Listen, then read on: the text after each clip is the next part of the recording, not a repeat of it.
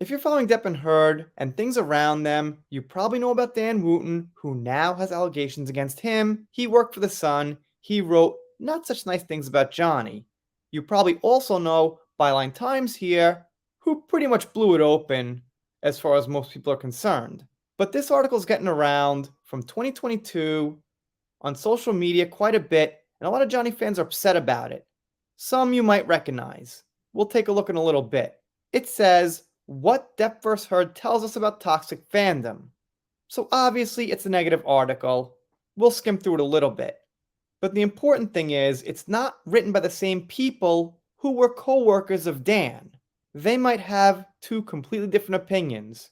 And in the end, I'd like them to be pro-Depp. That would be nice. But what they put out about Dan doesn't directly connect. They don't have to like Johnny. If they expose Dan and Dan faces consequences, they will still have made him pay a price for Johnny, whether they like Johnny or not.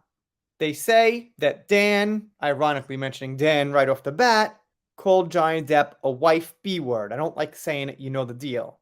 Also, off the bat, they get into the text messages between Bettany and Depp. Alright, obviously, not a good article. It talks about Twitter pylons against Amber and misogynist language. We've heard the deal.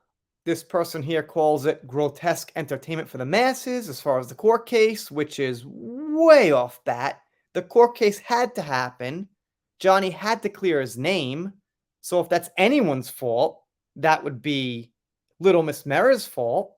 She's the one that wrote the op-ed and broke it all open.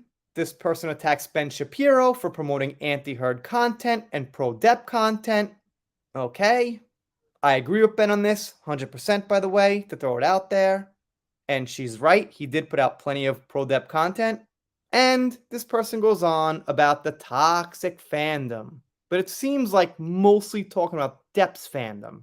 The article goes on to say that a lot of Depp fans are legacy fans, I guess hinting towards older people who aren't up on modern stuff or whatever. The article says people jump to judgment. And you know, just all the kind of stuff we've heard over the years. Sure, Depp fans talk in DMs about what content to watch, things like that. People talk to each other on social media. It's not like there was some kind of a general, lieutenant, and soldier type situation. People just naturally pitched in their opinion on what they thought was right based on evidence presented. Pretty simple. If I covered this word for word, maybe we'd find something in it that made sense or something like that. But basically, it's negative. So here's Twitter, where a lot of the Johnny community's getting annoyed at this to the point of not even wanting to follow it anymore.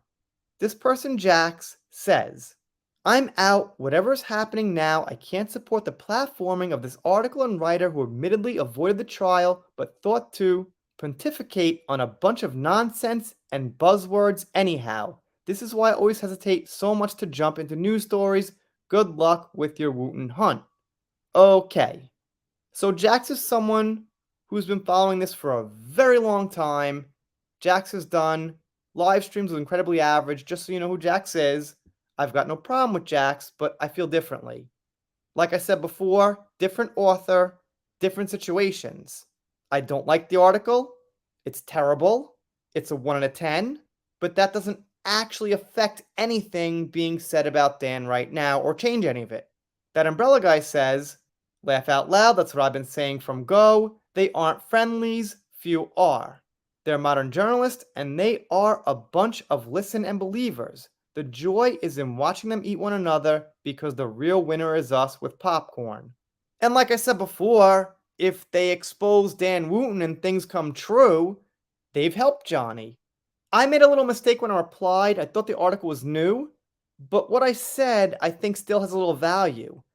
If these people said, we're pro-Johnny, we love Johnny, we're pro-Johnny, that would be worse. We want a neutral source giving their honest opinion on Dan. If anything, if they were on Amber's side, that might be even better. If they were on Amber's side, they'd have less reason to lie about Dan. So honestly, I'd rather them not be pro-Johnny. We're trying to prove a point about Dan. Why would I get triggered over this?